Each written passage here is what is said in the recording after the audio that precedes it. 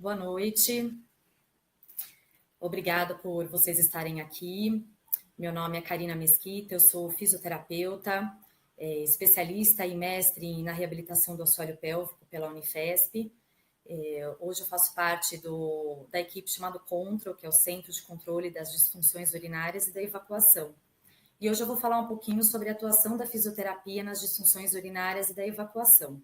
Então, podem mandar perguntas para mim e ao final da apresentação eu vou respondendo, ok? Então, a fisioterapia pélvica, ela reabilita o músculo do assoalho pélvico, ou popularmente chamado de períneo. O períneo, na verdade, é uma região, tá? Entre vagina, ânus e o assoalho pélvico é o conjunto de músculos que compõem a pelve inferior.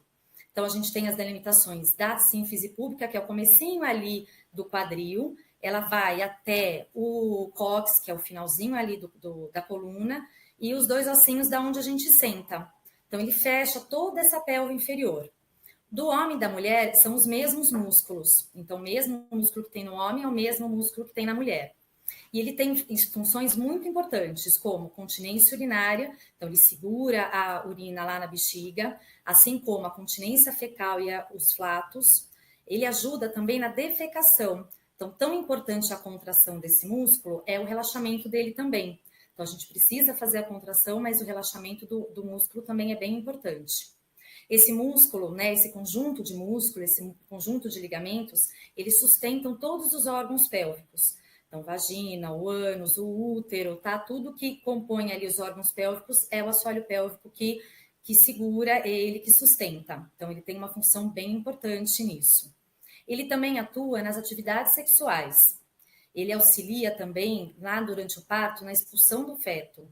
E existe também uma função de manutenção da postura até pela posição dele. Então, olha quanta coisa que o músculo do assoalho pélvico é importante. Mas também a gente tem algumas disfunções desse assoalho pélvico, dessa musculatura, tá? Como as incontinências, por exemplo. A incontinência, ela é qualquer perda involuntária, tanto de urina, como de fezes, como de flatos. Então, existem algumas classificações, como, por exemplo, a incontinência urinária de esforço. A incontinência urinária de esforço, pelo próprio nome já diz, então, quando tosse, quando espirra, quando ergue um peso, numa atividade física, você perde urina, você tem uma incontinência urinária de esforço.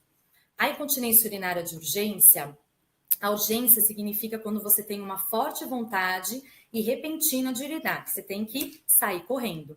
Então, você tem aí uma incontinência urinária por urgência. Nós temos também a bexiga hiperativa, que nós temos a associação da urgência, nós temos um aumento de frequência. Então, pensa que a gente precisa ir no banheiro a cada 3, 4 horas por dia. Isso dá em torno de a cada 3, 4 horas. Isso dá em torno de umas 5, 6 vezes ao dia. Então, se a gente aumenta muito essa frequência, a gente tem aí, né, uma possível bexiga hiperativa, tá? E a associação também da noite. Então, quem acorda mais de uma vez para ir no banheiro à noite, a gente também associa aí com uma bexiga hiperativa.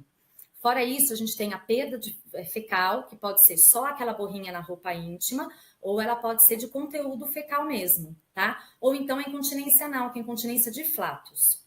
Nós temos também a constipação intestinal, que a constipação intestinal, ao contrário da incontinência, é quando a gente tem uma contração excessiva na musculatura do assoalho pélvico. Então, em vez de relaxar a musculatura, ela mantém-se tensa. E aí a gente não consegue fazer uma evacuação eficiente. Então, não adianta ficar fazendo força. A gente precisa que relaxe a musculatura. Então, a gente precisa readquirir aí uma função do músculo. Nós temos também as disfunções sexuais. Então, muitas vezes, a paciente ela tem uma contração excessiva da musculatura do assoalho pélvico, e isso gera dor na atividade sexual. E isso é muito incômodo, deixando muitas mulheres a não fazer a ato sexual por dor. Nós temos também os prolapsos genitais, que são as quedas dos órgãos. Então, pode cair a bexiga, pode cair o útero, pode cair uma parte do intestino. E aí a gente tem graus, né? Dos mais leves até os mais severos, que exterioriza, de fato, o órgão para fora, tá? Aqui a gente pode falar até das algias pélvicas, que são as dores crônicas nessa região mais baixa, por uma endometriose, por aderências por conta de cirurgias. Então, olha quantas disfunções que a gente tem do assoalho pélvico. E a fisioterapia trata tudo isso. Isso pode acontecer, tanto a incontinência como a constipação, por diversos fatores, ou uma associação de várias deles. A via de parto é uma delas. Então, o parto normal é um fator de risco alto para incontinências. Então, tem a laceração, aquele piquezinho que o médico dá, que é a episiotomia, né? O próprio peso durante a gestação, quando a gente tem um excesso de peso, o número de gestações, as cirurgias prévias, muitas vezes no homem a gente tem a retirada da próstata, né? E tem uma condição aí de incontinência. Uma condição hormonal, principalmente na mulher, né? Que tem a queda do estrogênio, defeitos congênitos. Nós temos doenças neurológicas, como esclerose lateral amiotrófica, esclerose múltipla, Parkinson, esclerodermia, que tem um acometimento do sistema nervoso central, que também comanda a parte urinária. Pode-se estabelecer aí alguma disfunção do assoalho pélvico. Doenças metabólicas, como a diabetes, associados à idade, que a gente tem uma flacidez geral aí da musculatura, tumores, pacientes tossidoras crônicas e obesidade.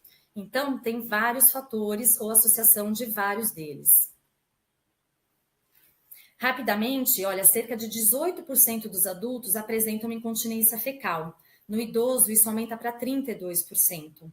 A constipação intestinal varia de 26% em mulheres reprodutivas e vai para 40% em mulheres menopausadas. Na gestação, muitas vezes ela é temporária, tá? A incontinência urinária. Mas muitas dessas mulheres acabam ficando incontinentes depois da gestação.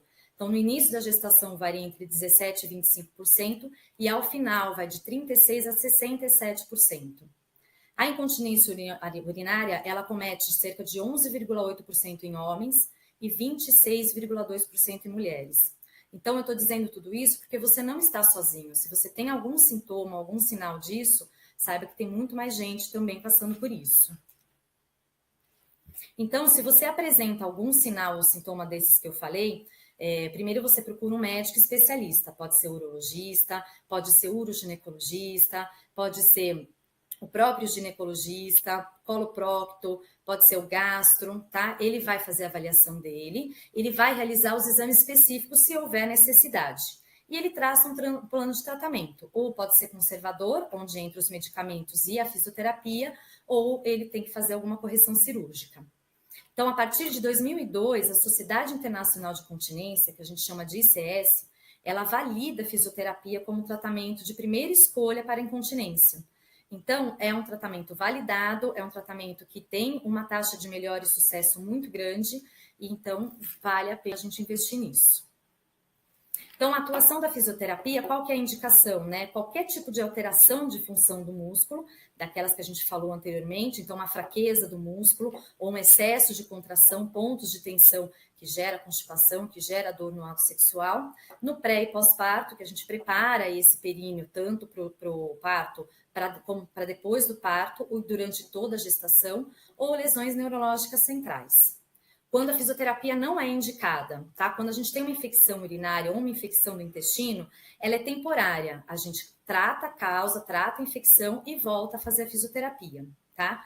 Quando eu falei lá dos prolapsos mais severos, que é a queda daquele órgão que exterioriza, aí a fisioterapia também tem o seu limite. Tem que ter uma correção cirúrgica nesses casos. Tá? O nervo pudendo é um nervo que trabalha e que faz a inervação de toda, que comanda toda essa musculatura. Então, quando a gente tem uma denervação total desse músculo, a fisioterapia também se limita.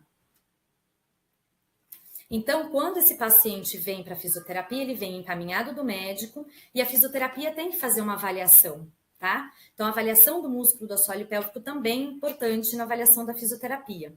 Então, a gente tem que ver como é que está essa musculatura, se pontos de tensão, se está fraco. A gente faz uma avaliação para ver o grau de força desse músculo. E aí, só que a gente consegue fazer um plano de tratamento, tá? A gente trabalha com no mínimo 10 sessões, podendo fazer 20, 30, 40 sessões, mas no mínimo 10 sessões. Ela pode ser feita uma vez na semana ou 2 vezes, mas vai ter lição de casa, porque a gente passa orientações e exercícios para fazer em casa também. Então, a gente tem um objetivo de conscientização corporal. A gente pensa que quase 30% das mulheres elas não fazem corretamente a contração dessa musculatura. Então, a gente precisa isolar e precisa fazer exatamente a contração correta desse músculo. Então, a gente ganha força, a gente ganha coordenação e a gente ganha resistência do músculo. Então, a gente melhora ou até cura os sinais e sintomas que a gente falou anteriormente. E assim, mantém a função desse músculo para a vida toda. Então, dentro das técnicas de fisioterapia, nós podemos falar das modificações comportamentais, aonde entra, né, a anatomia, a fisiologia, como é que funciona tudo isso. Eu acho que é importante, quanto mais a gente sabe da nossa doença, melhor a gente lida com ela. Então, é importante a gente saber onde que está esse músculo, como é que ele funciona. A higiene pessoal, então não ficar muito tempo com absorvente para quem usa, porque isso é uma causa de infecção. Fazer higiene sempre de frente para trás, se posicionar direitinho, né? Os hábitos alimentares, então tomar água da quantidade suficiente, alimentos como cafeína, frutas ácidas e a pimenta irritam mais a parede da bexiga, fazendo com que a gente tenha mais vontade de ir ao banheiro, né? Então tem que dar uma controlada nisso. Para que tenha constipação intestinal, fibras, alimentos mais laxativos, para tentar ajudar nesse hábito, né? Os hábitos intestinais e urinários também são importantes, então dá intervalo suficiente para as micções, o posicionamento correto para evacuar é importante, então lembrar de colocar um banquinho embaixo ou colocar o tronco para frente para ajudar aí no alongamento dessa musculatura. Eu costumo sempre passar o diário miccional intestinal para os meus pacientes, até para saber como é que está esse hábito aí do intestino e da urina. Então, anota, né, o horário que foi no banheiro, tanto urinar como evacuar, e se teve perdas ou algum acidente. É importante também a gente falar das orientações posturais, como a gente viu lá, é uma manutenção da postura também. Então, se a gente fica muito relaxado na postura, o assoalho pélvico muitas vezes pode sentir. E fazer uma atividade física, né, que é sempre importante. Outra técnica que a gente tem da fisioterapia são os exercícios, que a gente chama exercícios de Kegel, ou exercícios perineais. Kegel é o sobrenome do médico que introduziu os exercícios para tratamento da incontinência. Então, o que são os exercícios? São contrações do músculo do assoalho pélvico, que a gente viu lá anteriormente, repetidas diariamente. Como eu falei anteriormente, 30% das mulheres não fazem a contração correta do períneo. Então, a fisioterapia entra para isolar esse músculo. Então, não adianta a gente fazer a contração ajudando com a respiração, ou com o abdômen, ou com o bumbum, ou com a perna. A gente tem que isolar esse músculo para ele ser efetivo, tá? Então, pensa que é uma das coisas mais importantes da fisioterapia são esses exercícios. Eu falo para os meus pacientes que é igual a musculação. Imagina que eu queira fortalecer o meu braço. Não adianta eu fazer o dia inteiro a contração. Também não adianta eu ir hoje fazer só semana que vem. Precisa fazer diariamente. Aí você vai me perguntar, Karina, mas eu vou ter que fazer sempre esses exercícios? Vai ter que fazer sempre esses exercícios. São exercícios bem simples, dá para ser feito no banho, dá para ser feito deslocando no carro, dá para ser feito assistindo uma novela, antes de dormir, sentada lá no vaso. Então, são exercícios bem tranquilos, bem fáceis de ser feito, tá? E elas se repetidamente e gradativamente a gente vai aumentando o número dessas repetições, tá? Então, eu sugiro aí que vocês tentem fazer aí um pouco dessa musculatura, dessa contração da musculatura, porque é difícil, não é uma musculatura fácil de ser trabalhada. Outras técnicas da fisioterapia são os cones vaginais, por exemplo, que são dispositivos que a gente insere lá dentro da vagina que causam uma resistência no músculo. Então, é um conjunto de 5 cones que tem pesos diferentes. Então, variam de 25 até 75 gramas. Então, a gente insere esse cone conforme ele vai fazendo a resistência ao músculo do assoalho pélvico que vai sendo ativo. Então, ela tem 2 formas de serem feitas. A forma passiva, onde você coloca o cone e faz as atividades diárias de vida, pode ser feita 2 vezes ao dia, mas sem contração do músculo ativa, tá? Tem que ser feita 10 a 15 minutos, não adianta ficar o dia inteiro com o cone lá dentro. Outra fase é a fase ativa, tá? Onde a gente coloca um peso um pouquinho maior e faz contrações, 30 contrações voluntárias, contando 5 segundos de contração, relaxa mais 5 segundos. Também 2 vezes ao dia, tá? Mas os cones vaginais também têm a sua indicação. Então, tem que passar pela fisioterapeuta, tem que passar pelo médico para a gente poder indicar o cone. Existem outros dispositivos, como, por exemplo, o Epinô, que ajuda lá na preparação do períneo para o parto. Então, a gente faz o alongamento, a gente faz o relaxamento dessa musculatura e a expulsão dela também, para na hora do parto a gente saber o que faz. Existe esse outro dispositivo também, que conforme a paciente vai fazendo a contração, essa haste vai se movimentando para a gente saber se o paciente está fazendo corretamente os exercícios. Outra técnica da fisioterapia é a eletroestimulação. Então, a eletroestimulação é a passagem de corrente elétrica de um ponto para outro. Então, a gente pode ativar ou o nervo, ou a gente pode ativar a musculatura. Então, a gente pode fazer ela intracavitária, quer dizer, dentro da vagina ou dentro do ânus, não dói, pode ficar tranquilos, tá? E a gente tem a eletroestimulação do nervo tibial posterior. Aí você vai falar para mim, nossa, mas uma estimulação lá no pé a gente consegue atingir a bexiga? Sim, a gente consegue atingir a bexiga. É uma ramificação aí dos nervos pélvicos, tá? Então, a eletroestimulação do nervo tibial posterior e a percutânea, a diferença é que uma vai uma agulha e a outra é um eletrodo de superfície. E a gente tem a eletroestimulação parasacral também, que a gente vai direto à estimulação na raiz sacral. Então, assim, são técnicas bem eficientes, que é a fisioterapeuta que vai indicar se é necessário ou não fazer a fisioterapia, essa eletroestimulação, de acordo com a avaliação que ela fez.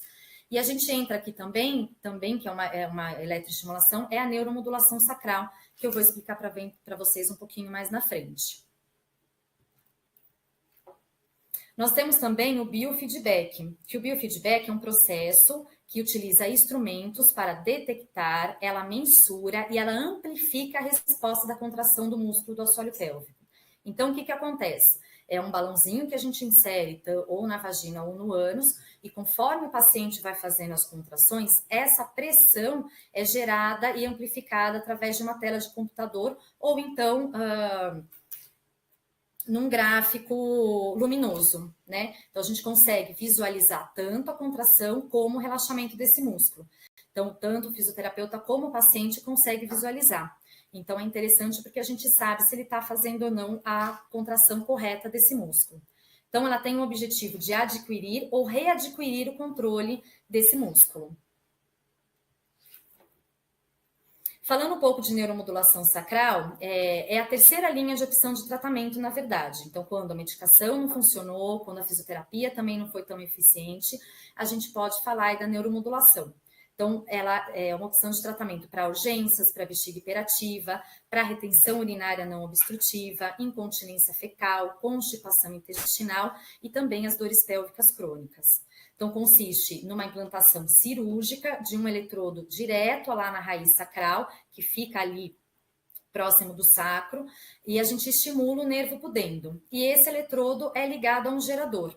Então, ele é capaz de restaurar as disfunções urinárias e do intestino dos pacientes a padrões normais. Então, é uma estimulação que fica o tempo inteiro ali no nervo, a paciente não sente essa corrente, mas ela fica estimulando ela o tempo inteiro. E aí faz com que restaure tanto a parte urinária como a parte do intestino. Então, é bem eficiente essa técnica. Então, há uma taxa de melhora dos sinais e sintomas da fisioterapia que varia de 30% até 96% com a fisioterapia. Então, é uma técnica muito eficiente. Então, o paciente ela tem a retomada do controle das suas funções e ainda devolve a qualidade de vida dos pacientes. Tá? Muito obrigada pela estadia aqui de vocês. Eu vou responder agora as perguntas. Fica aqui o meu contato para qualquer dúvida. E gratidão por vocês estarem comigo aqui.